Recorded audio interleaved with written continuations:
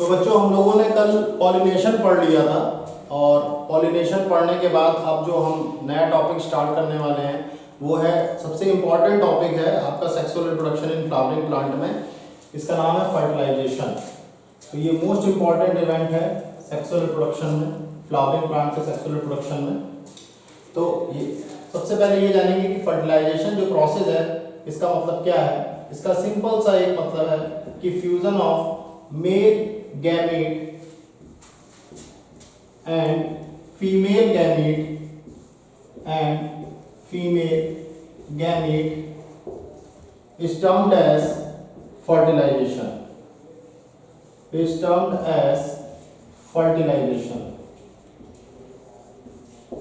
Male gamete का female gamete के साथ फ्यूजन ही फर्टिलाइजेशन कहलाता है। अब हम यहाँ पे ये देखेंगे कि किस प्रकार जो मेल रिप्रोडक्टिव वॉर्म था और फीमेल रिप्रोडक्टिव वॉर्म जिनके बीच पॉलिनेशन स्टार्ट होना शुरू हो गया है उसमें किस तरीके से पॉलिनेशन के बाद फर्टिलाइजेशन होता है। तो सबसे पहला स्टेप आता है जर्मिनेशन ऑफ पॉलन ग्रेन्स। क्योंकि हमको पता है कि पॉलन ग्रेन्स स्टिग्मा तक अपनी रीच बना चुके हैं। पॉलिनेशन के बाद पॉलन ग्रेन्स की जो रीच है वो स्टिग्मा तक पहुंच चुकी है और जैसे ही पॉलन ग्रेन आपका स्टिग्मा तक पहुंचता है तो वो पॉलन ग्रेन आपका स्टिग्मा पर जर्मिनेट होना शुरू कर देता है। Pollen grains germinate on the stigma और ये स्टिग्मा से आपका मॉइस्चर एब्जॉर्ब करता है, इसके साथ साथ शुगर कंटेंट को भी एब्जॉर्ब करता है। Absorbs moisture and sugar content. तो आप देखेंगे कि पॉलन ग्रेन जो है वो स्टिग्मा से मॉइस्चर एब्जॉर्ब कर रहा है, इसके साथ साथ शुगर कंटेंट एब्जॉर्ब कर रहा है और जिसकी वजह से पॉलन ग्रेन की जो कंडीशन है वो स्वेल्ड कंडीशन हो जाती है। पॉलन ग्रेन स्वेल अप कर जाता है और स्वेल अप करने के बाद आप देखेंगे कि जो पॉलन ट्यूब की पॉलन ग्रेन की जो इंटाइन लेयर है, हमने आपको बताया था कि दो लेयर हैं, एक इंटाइन है जिसको हम इनर लेयर कहते हैं और दूसरी लेयर हमारी एक्साइन है जो कि आउटर लेयर कहलाती है। इंटाइन और एक्साइन के बीच से एक पॉलन ट्यूब की आउटग्रोथ होगी। पॉलन ट्यूब की आउटग्रोथ होगी या ये आउटग्रोथ अपने आप में कहलाएगा और यही पॉलन ट्यूब हमको आगे फीमेल गैमीट तक या फीमेल एम्ब्रियो सैक तक पहुंचने में हेल्प करेगी। तो पॉलन ट्यूब की जैसे ही आउटग्रोथ होती है तो वो आउटग्रोथ किसी एक जर्म पोर से होती है और मैंने आपको बताया था कि एक्साइन में बहुत सारे जर्म पोर्स होते हैं। तो वहां पे एक्साइन का एक जो जर्म पोर है वहां से पॉलन ट्यूब का आउटग्रोथ निकल के आता है या पॉलन ट्यूब ग्रो करना शुरू करती है और ये ट्यूब लाइक ग्रोथ होती है, इसीलिए इसको हम पॉलन ट्यूब के नाम से जानते हैं। इसका नाम पॉलन ट्यूब इसलिए पड़ा क्योंकि ये ट्यूब लाइक ग्रोथ है जो कि पॉलन की इंटाइन और एक्साइन लेयर से एक्साइन का जो जर्म पोर है वहां से ग्रो कर रही है, तो इसलिए हम इसको पॉलन ट्यूब के नाम से जानते हैं। पॉलन ट्यूब जो है अपने आप में एक बहुत इंपॉर्टेंट फीचर है पॉलन ग्रेन से निकलने वाला और फर्टिलाइजेशन की प्रोसेस में पॉलन ट्यूब का बहुत इंपॉर्टेंट रोल है। सबसे बड़ा इंपॉर्टेंट रोल ये है कि पॉलन ट्यूब जो है कुछ ऐसे एंजाइम सीक्रेट करता है, secret the enzymes which digest the tissue of the stigma and solid style। कहने का मतलब ये है कि पॉलन ट्यूब जो है वो इस प्रकार के एंजाइम्स को सीक्रेट करेगा जिससे स्टिग्मा के टिश्यू और सॉलिड स्टाइल दोनों ही उनको डाइजेस्ट कर सके, दोनों को ही डिग्रेड कर सके।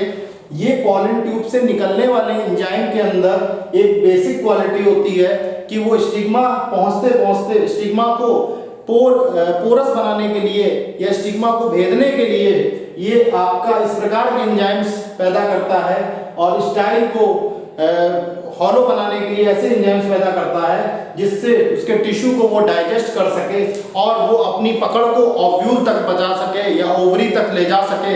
तो इसलिए यहाँ पे ऐसे एंजाइम्स का पैदा होना लाजमी है। तो जब पॉलन ट्यूब आपका स्टिग्मा में अंदर आएगा, when the pollen tube comes down from the stigma से अंदर आएगा,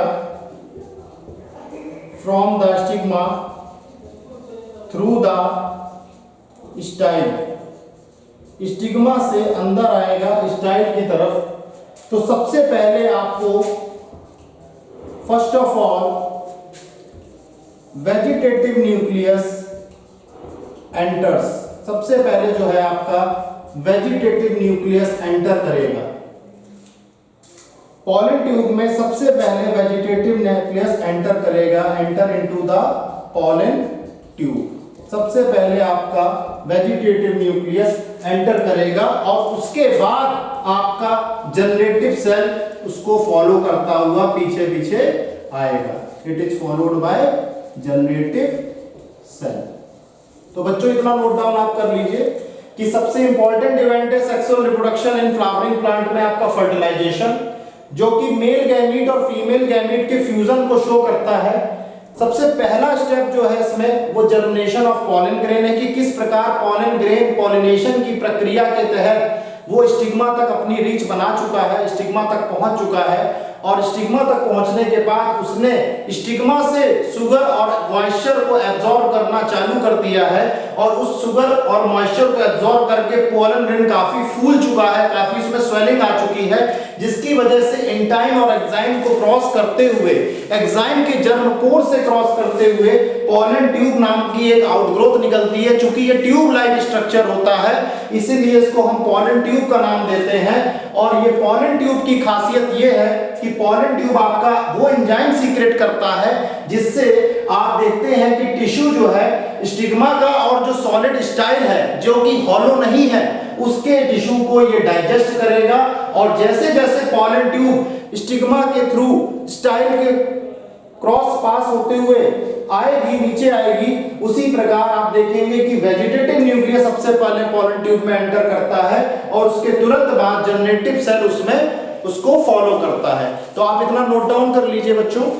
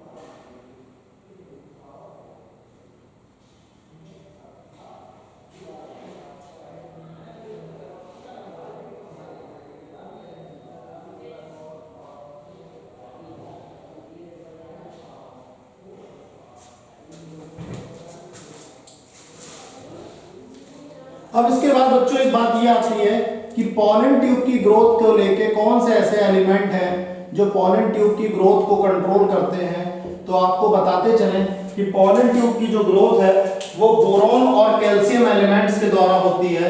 एक चैप्टर हम लोग पढ़ते हैं mineral nutrition in plant, boron और कैल्शियम बोरॉन और कैल्शियम जो है ये दो ऐसे एलिमेंट्स हैं जो पॉलन ट्यूब की ग्रोथ को सुनिश्चित करते हैं, पॉलन ट्यूब की ग्रोथ को के लिए काफी बड़े रेगुलेटर की तरीके काम करते हैं।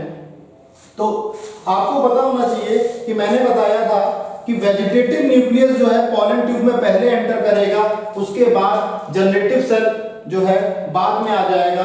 तो वेजिटेटिव न्यूक्लियस की अगर हम बात करें तो वेजिटेटिव न्यूक्लियस जो है इसको हम ट्यूब न्यूक्लियस के नाम से भी जानते हैं। वेजिटेटिव न्यूक्लियस जो होता है उसको हम ट्यूब न्यूक्लियस के नाम से भी जानते हैं। ये हम आपको पहले बता चुके हैं कि वेजिटेटिव न्यूक्लियस ट्यूब न्यूक्लियस होता है और ये हमेशा टर्मिनल पोजीशन एक्वायर कर लेता है। Terminal position of the pollen tube पे ये लोकेटेड होता है। वहीं पर अगर हम बात करें जनरेटिव सेल की, तो जनरेटिव सेल आपका माइटोटिकली डिवाइड होता है। जनरेटिव सेल की बात करें यानी जीसी की बात करें तो ये इसका साथ माइटोटिक डिवीजन हो जाता है और ये माइटोटिक डिवीजन होने के बाद ये दो मेल गैमीट प्रोड्यूस करता है, दो मेल गैमीट प्रोड्यूस करता है। तो हमने बच्चों पहले इवेंट में ये पढ़ा कि किस प्रकार पॉलन ग्रेन जर्मिनेट होना शुरू कर रहे हैं, स्टिग्मा पे जाके चिपक जा रहे हैं और स्टिग्मा से मॉइस्चर और शुगर कंटेंट को एब्जॉर्ब कर रहे हैं और एब्जॉर्ब करने के बाद उनमें स्वेलिंग आ रही है, वो स्वेलअप कर जा रहे हैं। स्वेलअप होने की वजह से इंटाइन और एक्साइन लेयर जो है, जो उनकी इनर लेयर और आउटर लेयर है रिस्पेक्टिवली, दोनों के बीच से एक पॉलन ट्यूब यानी ट्यूब लाइक स्ट्रक्चर आउटग्रोथ निकल रही है, जिसमें पॉलन ट्यूब जैसे जैसे स्टिग्मा से स्टाइल के थ्रू नीचे आएगा वैसे वैसे उसमें आप देखेंगे कि वेजिटेटिव न्यूक्लियस पॉलन ट्यूब में एंटर कर जाएगा सबसे पहले, जो कि टर्मिनल पोजीशन को एक्वायर कर लेगा और उसके बाद वो जनरेटिव सेल के द्वारा फॉलोड होगा। इसके साथ हमने ये पढ़ा कि पॉलन ट्यूब जो है वो आपका ऐसे एंजाइम्स को सीक्रेट करेगा जो स्टिग्मा के टिश्यू और सॉलिड स्टाइल के टिश्यू को कंप्लीटली डाइजेस्ट करने में सक्षम होगी। तो पॉलन ट्यूब के आउटग्रोथ के लिए या पॉलन ट्यूब की कंट्रोलिंग के लिए या ग्रोथ के लिए बोरॉन कैल्शियम नाम के एलिमेंट्स का होना अति आवश्यक है।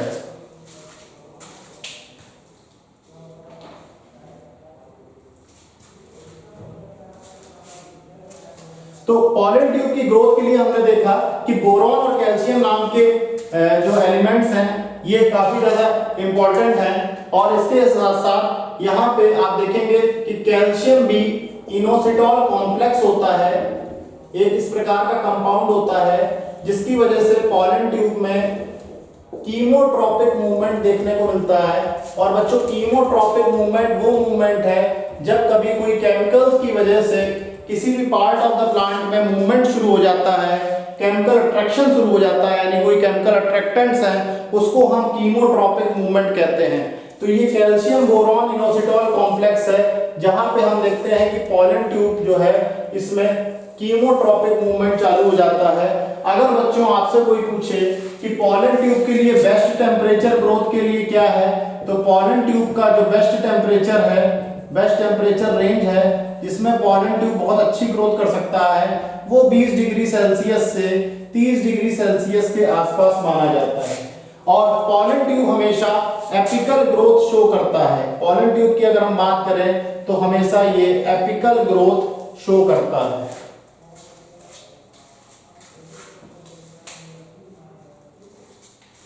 कई बार क्वेश्चन ये भी पूछ लिया जाता है कि लॉन्गेस्ट पॉलन ट्यूब कहां पाई जाती है। लॉन्गेस्ट पॉलन ट्यूब की अगर हम बात करें तो लॉन्गेस्ट पॉलन ट्यूब कहां पाई जाती है, तो लॉन्गेस्ट पॉलन ट्यूब जी मेज यानी मेज के प्लांट में पाई जाती है। तो लॉन्गेस्ट पॉलन ट्यूब की अगर हम बात करें तो जी मेज यानी मेज के प्लांट में पाई जाती है।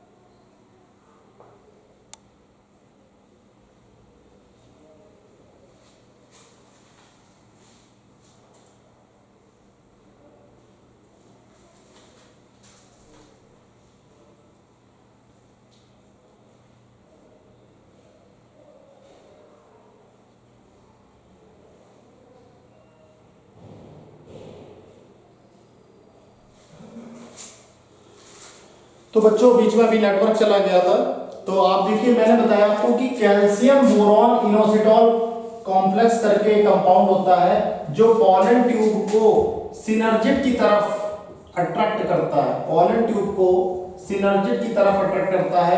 और सिनर्जिड टर्म का आपने जो नाम सुना था, सिनर्जिड टर्म कहाँ सुना था आपने? जब हम लोगों ने फीमेल एम्ब्रियो सेक पढ़ा था, फीमेल गैमेटोफाइट पढ़ रहे थे, तो वहां हमने सिनर्जिड्स पढ़े थे। सिनर्जिड्स के साथ साथ वहीं पे हमने इससे जुड़ा हुआ एक फिलीफॉर्म एपेल्टस पढ़ा था। तो जो पॉलन ट्यूब है वो सिनर्जिड की तरफ अट्रैक्ट करता है सिर्फ इस कैल्शियम बोरॉन इनोसिटॉल कॉम्प्लेक्स की वजह से। पॉलन ट्यूब की सबसे अच्छी बेस्ट टेम्परेचर रेंज जिसमें ये ग्रोथ देता है वो 20 डिग्री सेल्सियस से 30 डिग्री सेल्सियस होती है। इसी के साथ साथ पॉलन ट्यूब हमेशा एपिकल ग्रोथ शो करता है। और एक बात और मैंने आपको बताई कि पॉलन ट्यूब जो है वो हमेशा कीमोट्रोपिक मूवमेंट की तरफ अट्रैक्ट होता है। कीमोट्रोपिक मूवमेंट देखने को मिलता है इसमें हमको। और सबसे इंपॉर्टेंट बात मैंने जो बताई अभी कि लॉन्गेस्ट पॉलन ट्यूब की अगर बात की जाए तो जी मेज यानी मेज प्लांट में लॉन्गेस्ट पॉलन ट्यूब आपको देखने को मिलेगा। सबसे बड़ा पॉलन ट्यूब आपको जी मेज यानी मेज प्लांट में देखने को मिलेगा।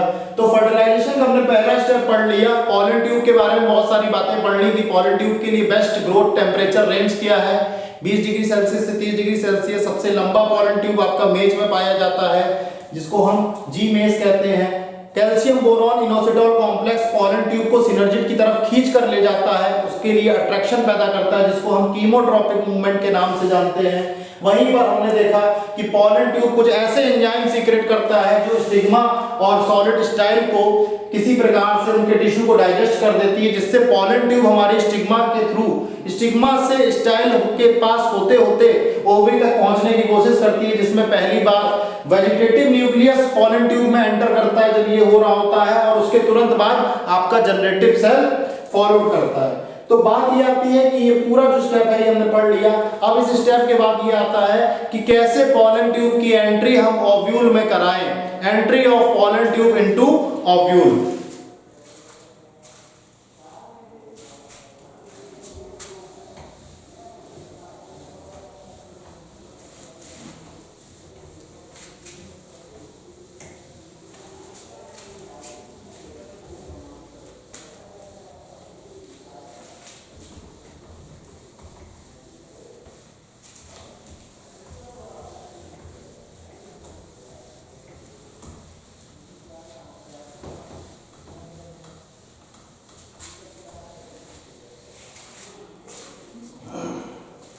तो बी हमारा स्टेप सेकंड स्टेप है entry of pollen tube into ovule. Entry of pollen tube into ovule, pollen tube की एंट्री ओव्यूल में। तो आप देखिए कि फाइनली जो है pollen tube, finally the pollen tube enters ovule at any time. किसी भी समय आप पॉलन ट्यूब ओव्यूल तक अपनी रीच बना सकता है, और इसके लिए ओव्यूल का मैच्योर होना आवश्यक है। ओव्यूल का जो है मैच्योर होना काफी ज्यादा आवश्यक है। और ओव्यूल के अंदर की अगर हम बात करें, इनसाइड द ओव्यूल, अगर हम इनसाइड द ओवरी हम बात करें, अगर ओवरी के अंदर बात करें तो यहाँ पे कुछ ऑब्ट्यूरेटर्स पाए जाते हैं, और इन ऑब्ट्यूरेटर्स का काम ये होता है कि ये पॉलन ट्यूब का जो रास्ता है उसको नियंत्रण करते हैं या उसको मार्गदर्शन करते हैं, guide the passage of pollen tube. तो ये पॉलन ट्यूब का जो पैसेज है उसको गाइड करते हैं, जो कि माइक्रोपाइल की तरफ आ रहा होता है। और ज्यादातर एंजियोस्पर्मिक प्लांट में माइक्रोपाइल के थ्रू ही पॉलन ट्यूब एंटर करता है। तो आप देखेंगे कि जिसमें एक ऐसा मेथड जिसमें पॉलन ट्यूब आपका माइक्रोपाइल के थ्रू एंटर कर रहा है, अपना जो पैसेज है वो माइक्रोपाइल के थ्रू पैसेज बना रहा है। तो इस प्रकार की एंट्री को हम पोरोगैमी के नाम से जानते हैं।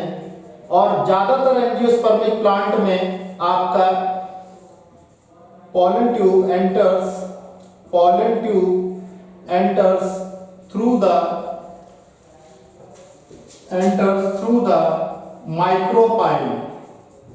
माइक्रोपाइल के थ्रू एंटर करता है। pollen tube enters through the micropyle के थ्रू एंटर करता है, तो जिसको हम पोरोगैमी कहते हैं। पोरोगैमी की अगर हम बात करें तो 80% एंजियोस्पर्मिक प्लांट जो हैं वो पोरोगैमी को सपोर्ट करते हैं या पोरोगैमी को फॉलो करते हैं।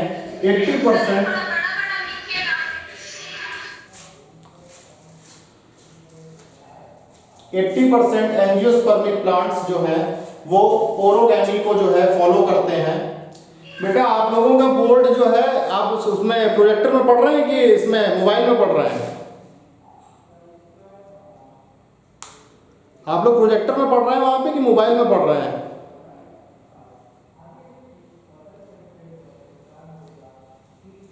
आप लोग इंश्योर करिए कि आप लोग प्रोजेक्टर में पढ़ें, क्योंकि मोबाइल में अगर आप पढ़ेंगे तो इससे ज़्यादा बड़ा नहीं लिखा जा सकता है, ठीक है ना। आप लोग इंश्योर करिए, उसको मैक्सिमाइज करिए या कैसे भी करके इंश्योर करिए। हाँ हाँ, तो इससे ज़्यादा नहीं बड़ा हो सकता है। आप लोग अपने अरेंजमेंट्स कराइए जिस हिसाब से भी अपने प्रिंसिपल से कह के, और बीच क्लास में आप लोग इस तरीके से अब दोबारा जो है कोई इंटरप्ट नहीं करेगा क्लास में। प्रिंसिपल इंश्योर करें इस बात को लेके कि कोई भी बच्चा बीच क्लास में इस तरीके से इंटरप्ट नहीं करेगा, क्योंकि रिकॉर्डेड लेक्चर है। तो पोरोगैमी की अगर बात की जाए तो पॉलन ट्यूब जो है वो आपका माइक्रोपाइल के थ्रू एंटर करता है। 80% एंजियोस्पर्मिक प्लांट्स जो हैं वो आपके पोरोगैमी को फॉलो करते हैं। इसके बाद चैलेजोगैमी की अगर हम बात करें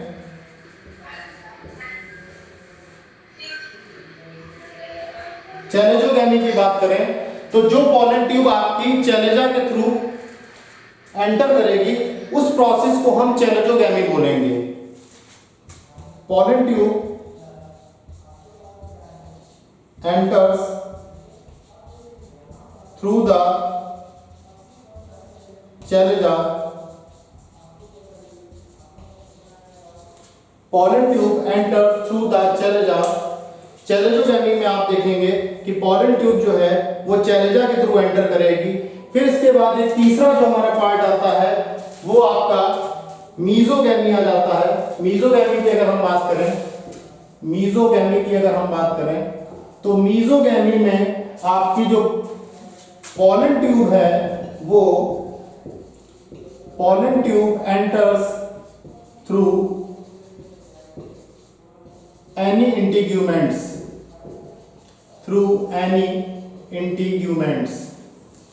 पॉलन ट्यूब की अगर हम बात करें तो पॉलन ट्यूब जो है वो किसी भी इंटीग्यूमेंट के थ्रू एंटर कर सकती है। वो या तो आउटर इंटीग्यूमेंट हो सकता है या इनर इंटीग्यूमेंट हो सकता है। दोनों इंटीग्यूमेंट में कोई भी एक इंटीग्यूमेंट हो सकता है। तो ये तीन मेथड है पॉलन ट्यूब का ओव्यूल तक पहुंचने में। तीन मेथड्स का यूज किया जाता है, पोरोगैमी, चैलेजोगैमी और मीजोगैमी। पोरोगैमी में पॉलन ट्यूब जो है माइक्रोपाइल के थ्रू एंटर करते हैं, जिसको 80% एंजियोस्पर्मिक प्लांट यानी कैप्सेला जैसा टिपिकल एंजियोस्पर्म फॉलो करता है। कैप्सेला जो है वो हमारा टिपिकल एंजियोस्पर्मिक प्लांट है, तो इस तरह के प्लांट्स फॉलो करते हैं। फिर हमारा जो है चैलेजोगैमी आता है जिसमें पॉलन ट्यूब हमारा चैलेजा के थ्रू एंटर करता है, और मीसोगैमी जिसमें पॉलन ट्यूब हमारा किसी भी इंटीग्यूमेंट यानी आउटर इंटीग्यूमेंट भी हो सकता है और इनर इंटीग्यूमेंट भी हो सकता है, तो इसके थ्रू आपका एंट्री करता है। तो पॉलन ट्यूब इस समय ओव्यूल में कभी भी एंटर कर सकता है, ओव्यूल में कभी भी पहुंच सकता है, बशर्ते कंडीशन ये है कि ओव्यूल का उस समय मैच्योर होना अति आवश्यक है। और उसके बाद ओवरी में कुछ ऐसे ऑब्ट्यूरेटर्स नाम के कंपोनेंट्स होते हैं जो कंपोनेंट्स आपके पॉलन ट्यूब के रास्ते को क्लियर करते हैं या उसको डायरेक्शन देते हैं, उसके पैसेज को डायरेक्शन देते हैं कि कैसे वो माइक्रोपाइल तक आने में अपने आप को सफल बना सके। तो आप नोट डाउन कर सकते हैं।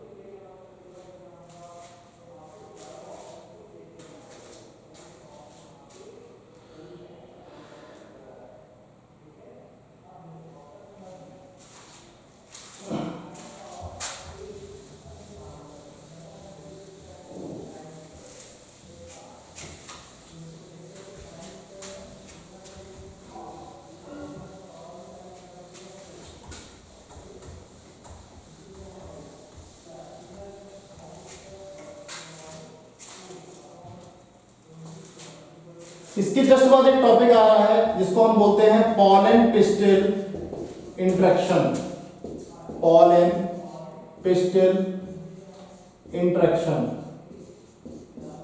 Pollen pistil interaction. देखिए पॉलन पिस्टिल इंटरेक्शन में कोई प्रोसेस नहीं है मगर कुछ फैक्ट्स हैं जिनको हमें पढ़ना पड़ेगा। तो इसमें कुछ रूल्स हैं या कुछ जो फैक्ट्स हमको देखने को मिले हैं कि पहली बात तो ये है कि पॉलिनेशन जो है ये गारंटी नहीं लेता है। Pollination does not take guarantee, ये गारंटी नहीं लेता है कि राइट टाइप ऑफ पॉलन ही पिस्टिल के पास पहुंचेगा।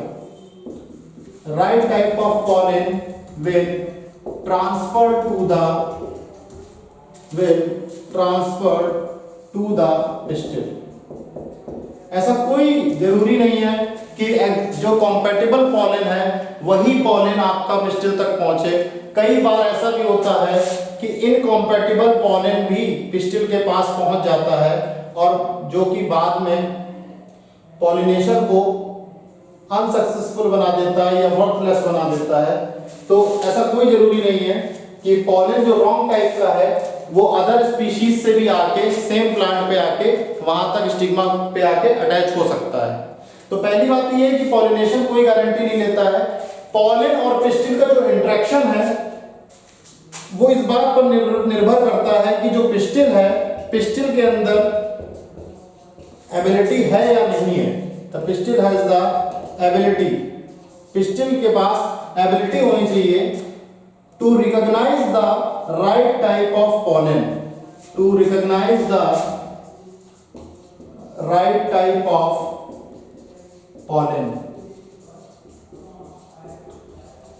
राइट टाइप ऑफ पॉलन को रिकॉग्नाइज करने के लिए पिस्टिल के पास एक अच्छी खासी एबिलिटी होनी चाहिए। तो अगर इसके ये राइट टाइप ऑफ पॉलन है, अगर ये राइट टाइप ऑफ पॉलन है तो ये कॉम्पैटिबल बोला जाएगा। वहीं पर अगर ये रॉन्ग टाइप ऑफ पॉलन है, रॉन्ग टाइप ऑफ पॉलन है तो इसको हम इनकॉम्पैटिबल बोलेंगे, इनकॉम्पैटिबल बोलेंगे। तो दो बातें हमारे सामने आ गई कि अगर ये राइट टाइप ऑफ पॉलन है तो ये कॉम्पैटिबल पॉलन है और ये कॉम्पैटिबल पॉलन जो है आगे पोस्ट पॉलिनेशन इवेंट को प्रमोट कर देगा और ये फर्टिलाइजेशन की तरफ आगे बढ़ जाएगा। ठीक, वहीं पे अगर ये रॉन्ग टाइप ऑफ पॉलन है तो ये इनकम्पैटिबल पॉलन है। तो पोस्ट पॉलिनेशन जो इवेंट है यानी पॉलिनेशन के बाद इवेंट आपका कौन सा है, फर्टिलाइजेशन, वो फर्टिलाइजेशन का इवेंट आपका इंटरप्ट हो जाएगा, रुक जाएगा।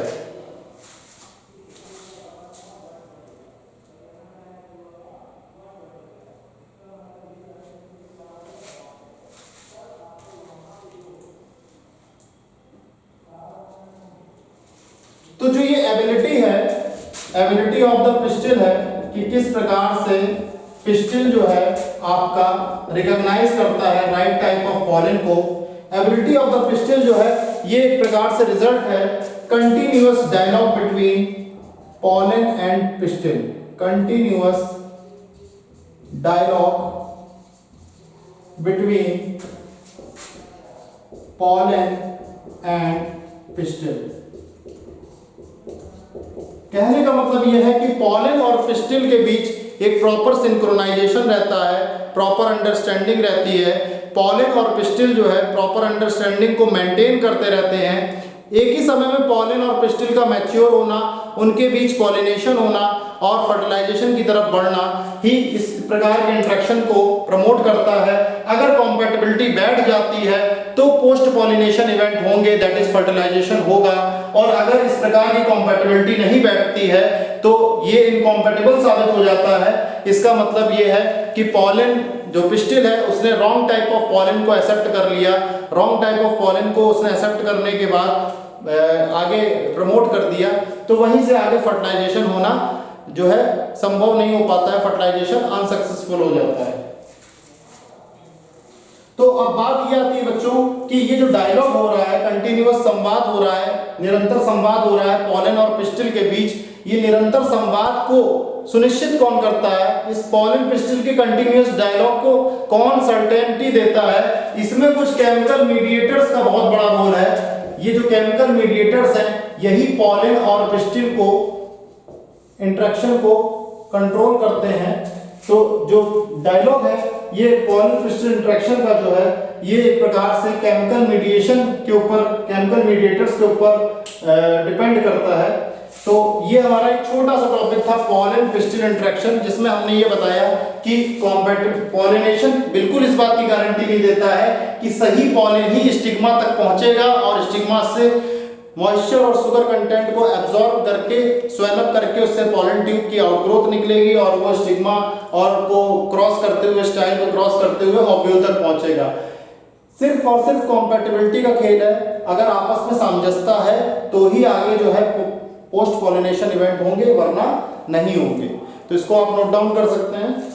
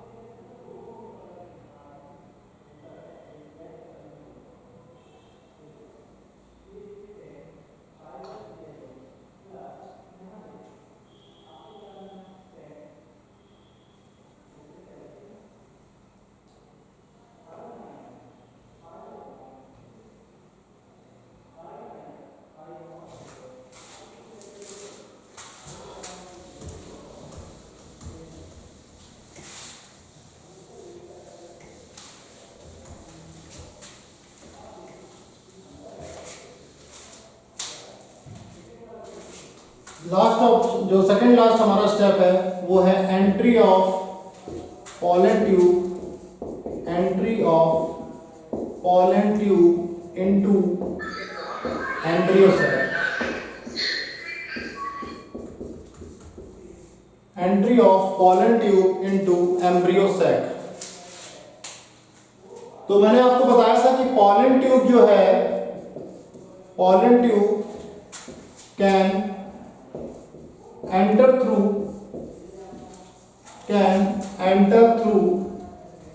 any passage। पॉलन ट्यूब जो है वो किसी भी पैसेज के थ्रू एंटर कर सकती है। एक बात मैंने आपको बताई थी कि पॉलन ट्यूब जो है वो किसी भी पैसेज के थ्रू एंटर कर सकती है,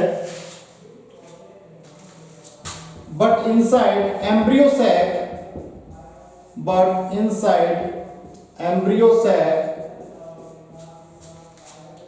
it enters only through the egg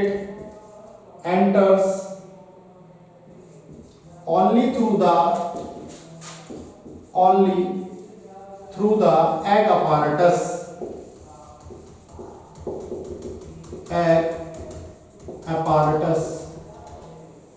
कहने का मतलब यह है कि जब वो एम्ब्रियो सैक के अंदर जाएगा तो वो सिर्फ और सिर्फ एग apparatus के थ्रू एंटर करेगा।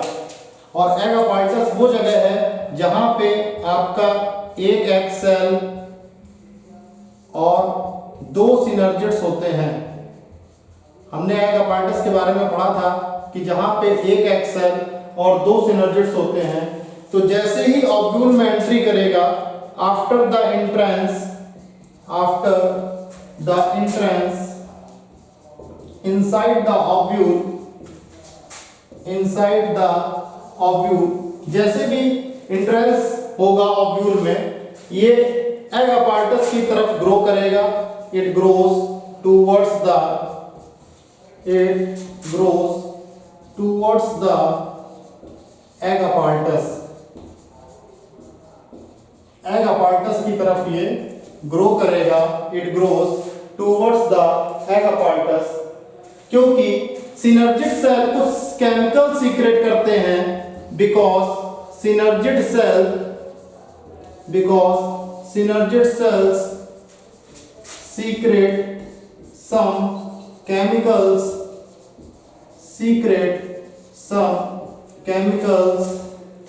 सिनर्जिक सेल्स जो है वो कुछ केमिकल सीक्रेट करेंगे और यही केमिकल्स आपके फिलीफॉर्म अपार्टस की मदद से सीक्रेट किए जाएंगे। इसमें जो रोल होगा सीक्रेशन का, उसको पूरी हेल्प मिलेगी with the help of filiform apparatus, with the help of filiform apparatus। Filiform apparatus की मदद से सिनर्जिड सेल कुछ केमिकल सीक्रेट करेंगे और सिनर्जिड सेल के केमिकल सीक्रेट करने की वजह से पॉलन ट्यूब को अट्रैक्शन फील होगा, which attract the pollen tube, ये पॉलन ट्यूब को अट्रैक्ट करेगा।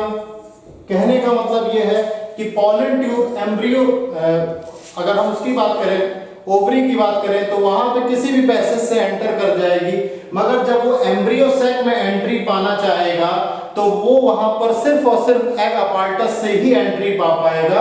और एग अपार्टस एक ऐसा सेट ऑफ कॉम्बिनेशन है जहां पे एक एग सेल और दो सिनर्जिड होते हैं। जैसे ही ओव्यूल में एंट्रेंस होगा वो एग अपार्टस की तरफ बढ़ेगा और वहां रखे हुए सिनर्जिड सेल या पाए जाने वाले सिनर्जिड सेल्स कुछ ऐसे केमिकल्स पैदा करेंगे जो कि केमिकल्स फिलीफॉर्म अपार्टस की हेल्प से किए जाएंगे और जो कि पॉलन ट्यूब को अपनी तरफ अट्रैक्ट करेंगे।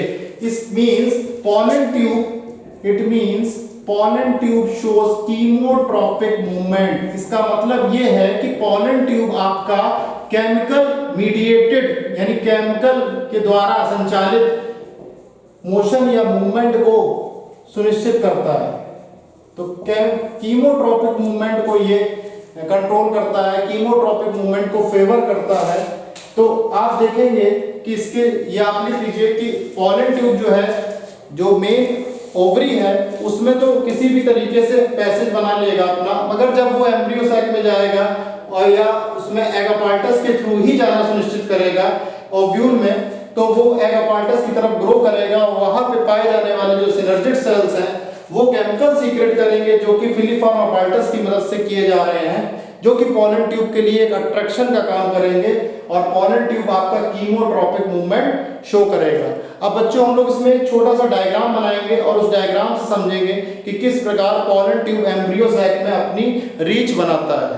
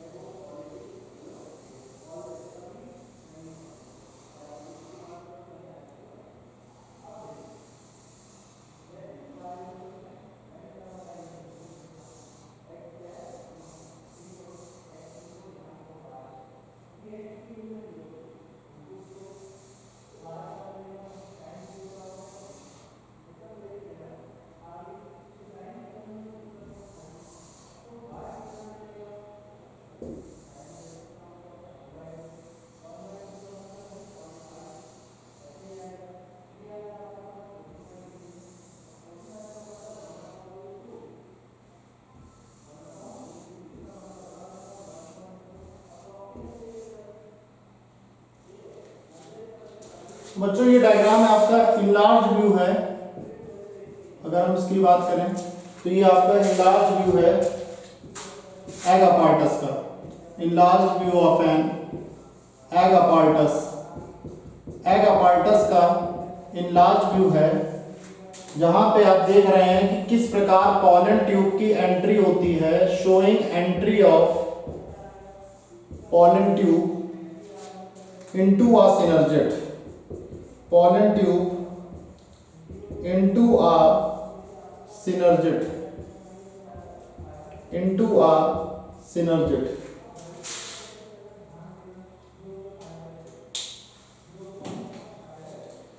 तो बच्चों आप देखते हैं कि ये तो आपका प्लाज्मा मेम्ब्रेन है, प्लाज्मा मेम्ब्रेन है। अगर आप इसकी बात करें, ये आपका सेंट्रल सेल है, ये पोर्शन जो है आपका सेंट्रल सेल कहलाता है।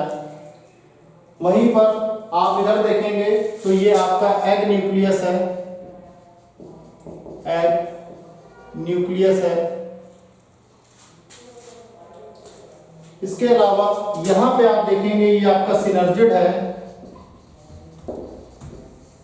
और ये जो आप एक ट्यूब लाइक स्ट्रक्चर देख रहे हैं ये हमारी पॉलन ट्यूब है, पॉलन ट्यूब है। इस पॉलन ट्यूब में आपको वेजिटेटिव न्यूक्लियस भी मिलेगा और मेल गैमीट्स भी मिलेंगे।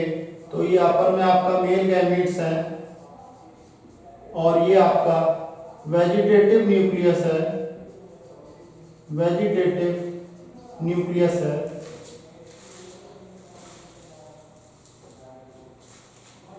ये जो एक फिंगर लाइक अपर स्ट्रक्चर बना है इसको हम फिलीफॉर्म apparatus कहते हैं, फिलीफॉर्म apparatus कहते हैं। तो ये मेल गैमीट है, ये वेजिटेटिव न्यूक्लियस है। इस तरीके से ये पूरा स्ट्रक्चर हमको देखने को मिल रहा है। तो आप देखेंगे कि कोई एक सिनर्जिड जो है सेल में डीजनरेट होना चालू हो जाएगा।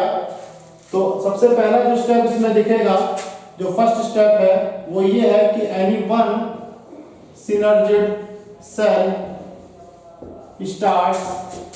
synergid cell starts degenerating।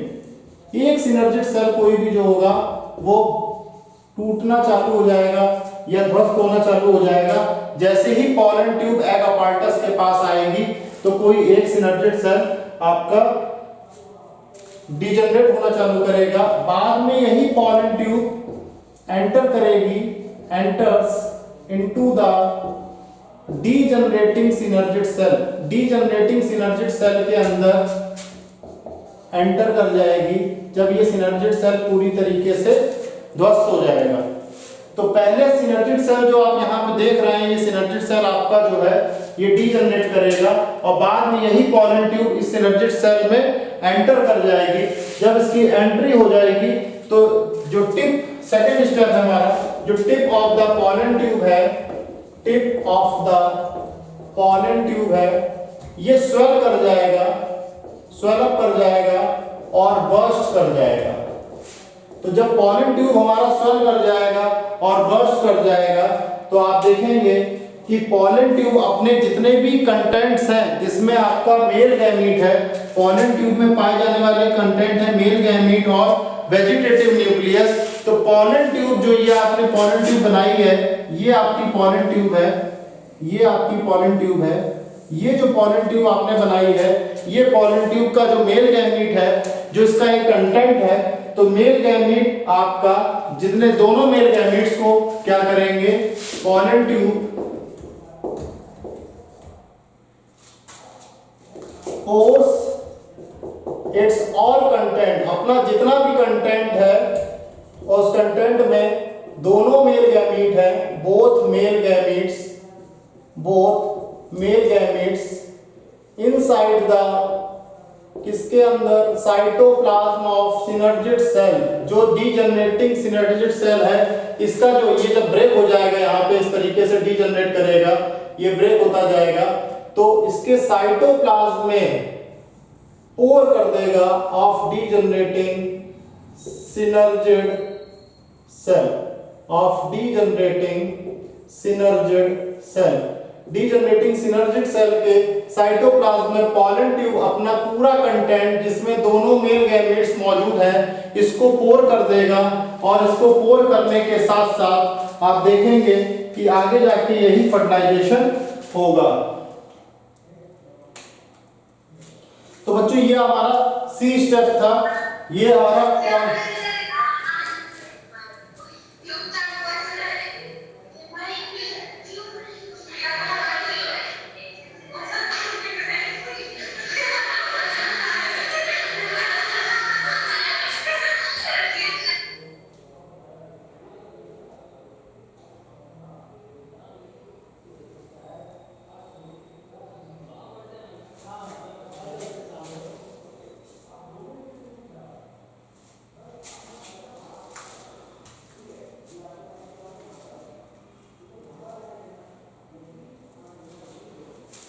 तो बच्चों देखिए ये हमने आपको बताया था कि ये पॉलन ट्यूब है। ये जो स्ट्रक्चर आप बिलो स्ट्रक्चर देख रहे हैं इसको पॉलन ट्यूब बोलते हैं, और ये पूरा जो है एक जो है फीमेल स्ट्रक्चर हमारे सामने आ रहा है। आप देख रहे हैं कि पॉलन ट्यूब जो है वो ओव्यूल के अंदर किसी भी पैसेज से एंटर कर सकता है, मगर सिर्फ और सिर्फ एम्ब्रियो सैक, ये जो हमारा है एम्ब्रियो सैक का स्ट्रक्चर है। तो यहाँ पे पॉलन ट्यूब आप देख रहे हैं कि पॉलन ट्यूब में मेल गैमीट्स है, ये आपका मेल गैमीट है, 2 मेल गैमीट है, और ये वेजिटेटिव न्यूक्लियस है। जनरेटिव सेल जो थे उन्होंने 2 मेल गैमीट्स बनाए थे, वही आपके मेल गैमीट्स आपको देखने को मिल रहे हैं यहाँ पे। तो ये पॉलन ट्यूब का जो मेल गैमीट्स है, ये आपका पॉलन ट्यूब जो है जैसे ही एंटर करेगा तो ये एंटर करने के साथ साथ फिलीफॉर्म apparatus की मदद लेगा। और जी पार्डन प्लीज सर,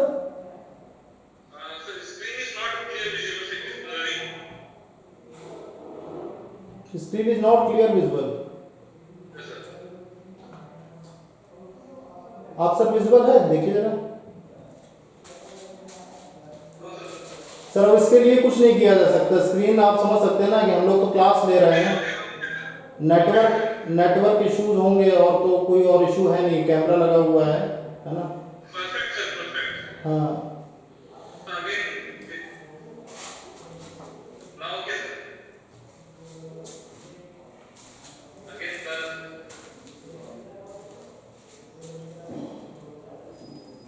तो हम लोग यहाँ पे थे कि पॉलन ट्यूब किस तरीके से एम्ब्रियो सैक में एंट्री ले रहा है। एम्ब्रियो सैक में एंट्री लेता है तो वो सबसे पहले क्या करता है कि सबसे पहले कोई एक सिनर्जिड सेल उसको देखते ही जो है वो डीजनरेट होना चालू कर देता है, और पॉलन ट्यूब का उद्देश्य ये होता है कि वो किसी एक डीजनरेटिंग सिनर्जिड सेल में वो किसी तरीके से एंट्री करे, और जैसे ही वो एंट्री करने के लिए आगे बढ़ता है तो पॉलन ट्यूब का जो टिप है वो स्वेल अप कर जाता है और बर्स्ट कर जाता है, जिसकी वजह से पॉलन ट्यूब के अंदर जो मौजूद जितना भी कंटेंट होता है जिसमें हमारे मेल गैमेट्स होते हैं और वेजिटेटिव न्यूक्लियस होते हैं, वो पूरे मेल गैमेट्स सिनर्जिड सेल यानी जो कि डीजनरेट हो चुका है, डीजनरेटेड सिनर्जिड सेल के अंदर पोर कर जाता है।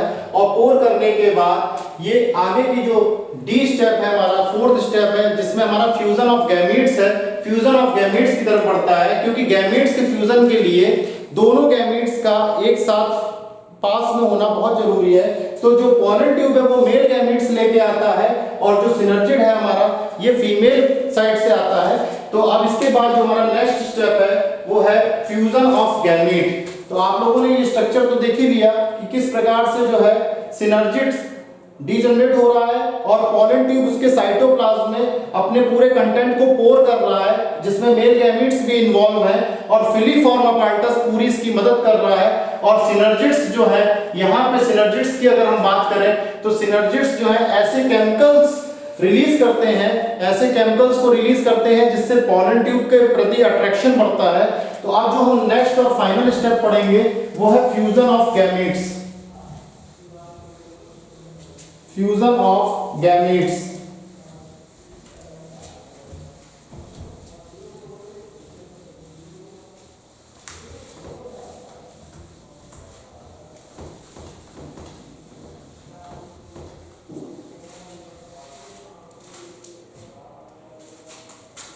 So D is the last step, fusion of gametes। तो बच्चों आपने जब फीमेल एम्ब्रियो से पढ़ा था तो वहां पे दो पोलर न्यूक्लियाई आपको सेंट्रल सेल पे मिलते हैं और ये दोनों दो पोलर न्यूक्लियाई होते हैं जिनका प्लॉइडी लेवल सिंगल एन होता है। तो होता क्या है कि ये दोनों पोलर न्यूक्लियाई जो सेंट्रल सेल के होते हैं, सेंट्रल सेल के सबसे पहले दोनों पोलर न्यूक्लियाई सेंट्रल सेल के आपस में फ्यूज कर जाते हैं, फ्यूज टुगेदर, और आपस में फ्यूज करने के बाद ये एक डिप्लॉयड न्यूक्लियस बनाते हैं, डिप्लॉयड न्यूक्लियस बनाते हैं। ये कुछ इस तरीके से होता है कि दोनों पोलर न्यूक्लियाई आपस में मिलके डिप्लॉयड न्यूक्लियस बनाते हैं और इस डिप्लॉयड न्यूक्लियस को हम सेकेंडरी न्यूक्लियस भी कहते हैं, सेकेंडरी न्यूक्लियस भी कहते हैं। और इसके साथ साथ कई बार हम इसको डेफिनेटिव न्यूक्लियस भी बोलते हैं और डेफिनेटिव न्यूक्लियस। अब आप देखेंगे कि जो मेल गैमीट थे वो हमारे पास दो मेल गैमीट थे। दो मेल गैमीट में जो एक मेल गैमीट है आपका, एक मेल गैमीट जो है वो एक्स सेल की तरफ जाएगा, एक मेल गैमीट आपका एक्स सेल की तरफ जाएगा और एक्स सेल की तरफ जाके यहां पे उसको फर्टिलाइज कर देगा। फर्टिलाइजेशन होने के बाद ये जायगोट बन जाएगा। तो ये जो जायगोट है ये आपका डिप्लॉयड जायगोट है और ये डिप्लॉयड जायगोट आपका सिर्फ और सिर्फ सिनगैमी की मदद से हो रहा है। सिनगैमी अपने आप में एक फ्यूजन है और यही सिनगैमी को हम ट्रू फर्टिलाइजेशन बोलते हैं। ये जो ट्रू फर्टिलाइजेशन है इसी को हम सिनगैमी कहते हैं और इसको डिस्कवर करने वाले साइंटिस्ट का नाम जो था वो स्ट्रासबर्गर था।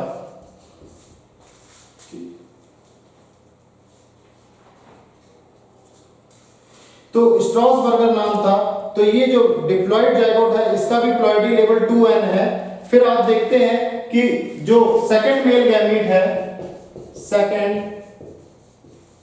मेल गैमीट है, सेकंड मेल गैमीट आपका सेकेंडरी न्यूक्लियस की तरफ बढ़ेगा।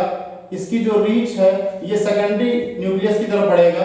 तो सेकंड मेल गैमीट आपका सेकेंडरी न्यूक्लियस, जिसको हम डिप्लॉयड न्यूक्लियस भी कहते हैं, सेकेंडरी न्यूक्लियस की तरफ बढ़ता है और ये सेकेंडरी न्यूक्लियस मिलके आपस में एक ट्रिपल फ्यूजन बनाते हैं और ये ट्रिपल फ्यूजन जो है ये आपका एक प्रकार से ट्रिपल फ्यूजन जो है वेजिटेटिव फर्टिलाइजेशन भी कहलाता है। इसको हम वेजिटेटिव फर्टिलाइजेशन भी बोलते हैं, वेजिटेटिव फर्टिलाइजेशन भी कहते हैं, ठीक, जिसकी वजह से हमको एक ट्रिप्लॉइड स्ट्रक्चर मिलता है जिसको हम 3n स्ट्रक्चर बोलते हैं और ये प्राइमरी एंडोस्पर्म न्यूक्लियस बनाता है जिसका माइटोसिस होके, रिपीटेड डिवीजन होके, माइटोटिक डिवीजन होके यही आपका प्राइमरी एंडोस्पर्म सेल बनाएगा और प्राइमरी एंडोस्पर्म सेल के बाद यही आपका एंडोस्पर्म में कन्वर्ट हो जाता है। तो बच्चों आज के लिए इतना ही रखते हैं हम लोग। नेक्स्ट क्लास में हम लोग जो है बाकी जो थोड़ा बहुत रह गया इसमें सीड वगैरह और एंडोस्पर्म इसके बारे में चर्चा करेंगे। पोस्ट फर्टिलाइजेशन इवेंट में प्लॉइडी लेवल पढ़ेंगे और आपका कल टेस्ट होगा। उस टेस्ट में रिप्रोडक्शन इन ऑर्गेनिज्म और sexual reproduction in flowering plant, ये दोनों ही चैप्टर्स आ रहे हैं। इसको आप अच्छे से कर लीजिए। थोड़े बहुत 10 to 20% चीज़ें जो रह गई हैं वो आपको नेक्स्ट क्लास में मंडे को जो क्लास होगा उसमें करा दिया जाएगा और उसके बाद ह्यूमन रिप्रोडक्शन तुरंत चालू कर दिया जाएगा। तो बाकी तो मैक्सिमम पार्ट इसमें हो गया है। जो थोड़ी बहुत बातें रह गई हैं वो और हम लोग कवर कर देंगे, कुछ क्वेश्चंस भी कर लेंगे। तो आप लोग कल के टेस्ट के लिए तैयारी करिए। Best of luck for your tomorrow's exam.